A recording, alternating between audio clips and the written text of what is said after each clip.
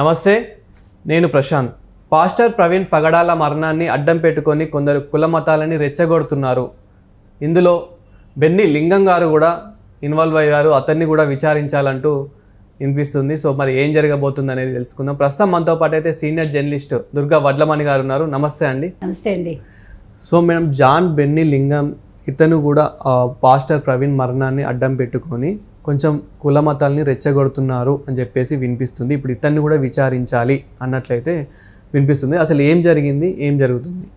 ఈ John Benny లింగం ఎవరైతే ఉన్నారో ఈయన గతంలో రాష్ట్ర మైనార్టీ విభాగం వైసీపీ తరఫున రాష్ట్ర విభాగం అధ్యక్షుడిగా పనిచేశారు. అంటే క్రైస్తవ మతానికి సంబంధించి ఈయన జగన్మోహన్ రెడ్డికిను భారతీరెడ్డి వాళ్ళిద్దరికీ కూడా చాలా సన్నిహితుడు. ఈయన మన పాస్టర్ ప్రవీణ్ మరణించాక ఆయన మృతదేహానికి రాజమహేంద్రవరంలో పోస్ట్ మార్టం జరుగుతూ ఉంటే బయట చాలామంది ఫాదర్లు ఉన్నారు, తర్వాత చాలామంది క్రైస్తవులు వచ్చారు, తర్వాత చర్చిలకు సంబంధించిన వాళ్ళందరూ కూడా వచ్చి ఉన్నారు. వాళ్ళందరూ కూడా శాంతియుతంగానే ఉన్నారు. ఈయన మాత్రం చాలా రెచ్చిపోయి మాట్లాడాడు. ఏం మాట్లాడాడో ఒక్కసారి విందాం. ఒక్క క్షణం బైబిల్ని పక్కన పెడితే ఓచకోతకు వస్తాం.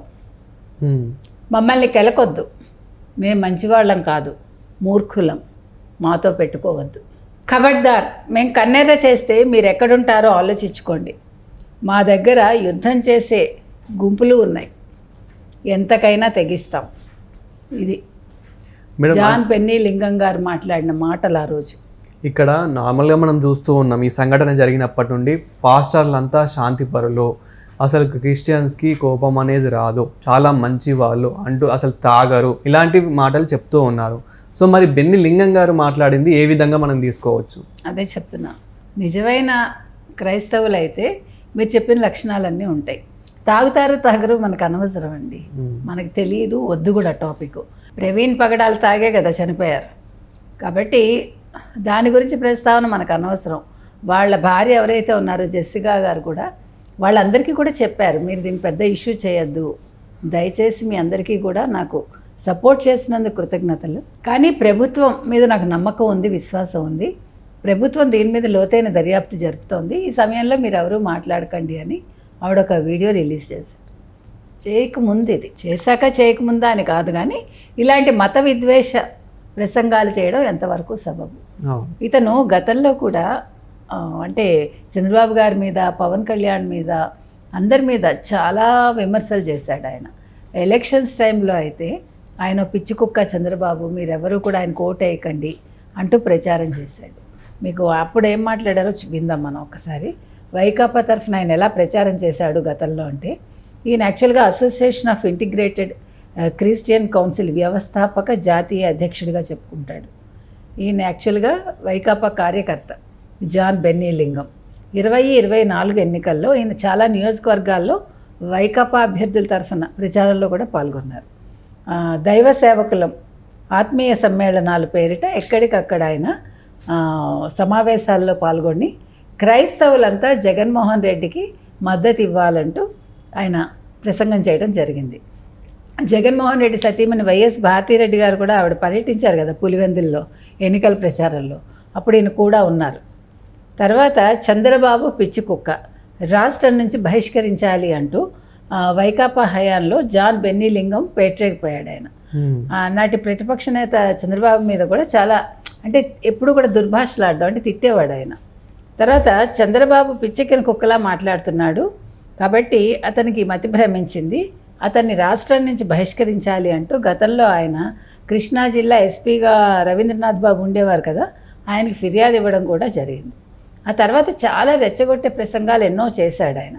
కూటమి ప్రభుత్వం అధికారంలోకి వచ్చాక ఆయన రాష్ట్రంలో క్రైస్తవులకి భద్రత లేకుండా పోయింది అంటూ ప్రచారం చేస్తున్నాడు. చాలా తప్పు కదండి ఈయన.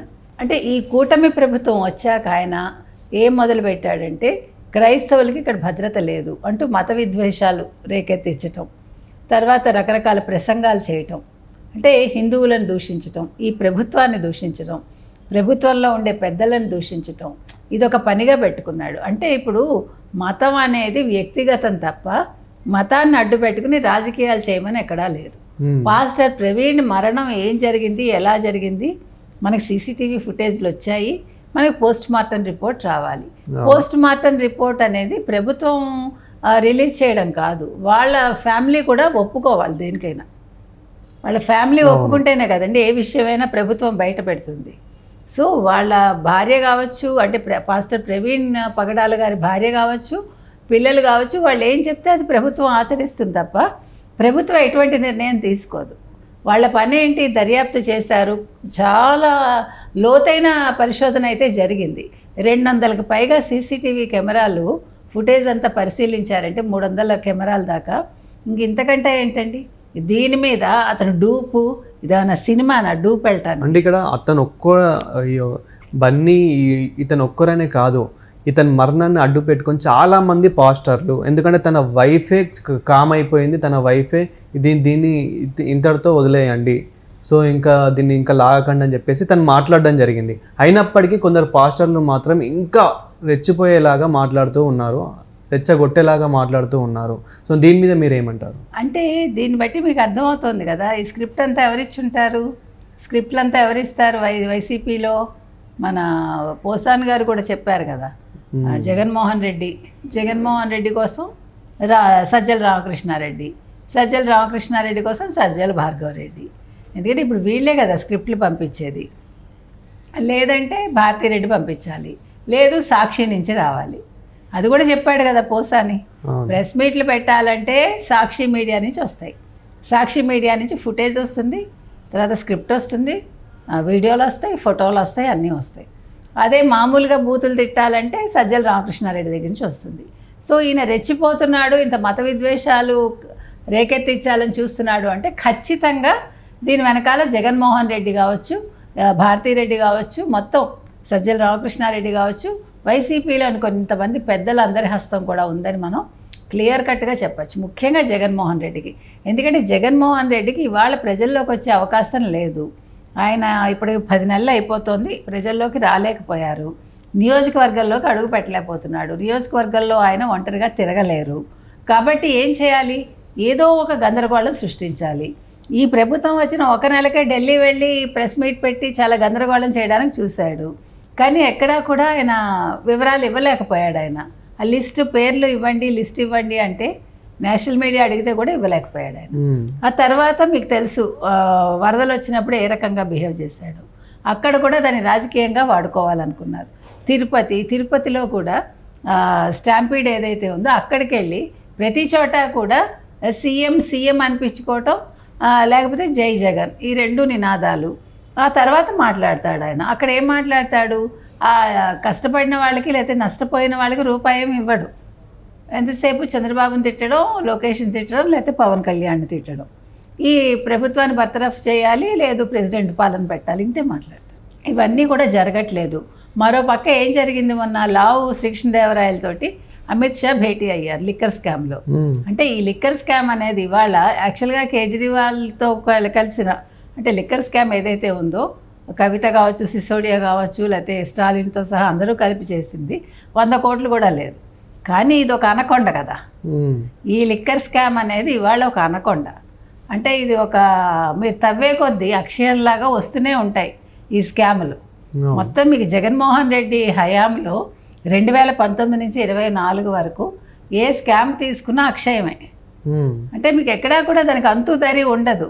మీరు అలా తవ్వే కొద్దీ ఒకదాని తర్వాత వస్తూ ఉంటాయి. కాబట్టి ఇప్పుడు వీటన్నింటినీ దృష్టి మళ్లించడానికి రేపొద్దున తను అరెస్ట్ అవుతాడేమో ఈ లిక్కర్ స్కామ్లో, మరో పక్క చెల్లి వల్ల అరెస్ట్ అవుతాడేమో. ఎందుకంటే ఇప్పుడు ఆ సరస్వతి పవర్ ప్రాజెక్ట్కి సంబంధించి షేర్స్ ఏవైతే ఆవిడకి ఇచ్చారో అలా బదిలీ చేయకూడదు ఈడీ దగ్గర కేసు ఉన్నప్పుడు. ఇప్పుడు ఆ బదిలీ చేయటం వల్ల ఈయన బెయిల్ రద్దయిపోతే ఈయన అరెస్ట్ అవుతారు. సో ఇవన్నీ దృష్టిలో పెట్టుకుని మత కల్లోలాలు రేకెత్తిస్తే అప్పుడు రాష్ట్రంలో గందరగోళాలు నెలకొని ఈ ప్రభుత్వం పడిపోతుంది.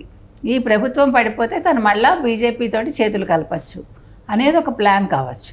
అంటే మీరు అనుకోవచ్చు, పాపం ఇలా ఉన్నాడు అమాయకంగా జగన్మోహన్ రెడ్డికి అంత తెలివితేటలు ఉంటాయా అంటే, చావు తెలివితేటలు ఎవరికైనా ఉంటాయి ఇలాంటి వాళ్ళకి.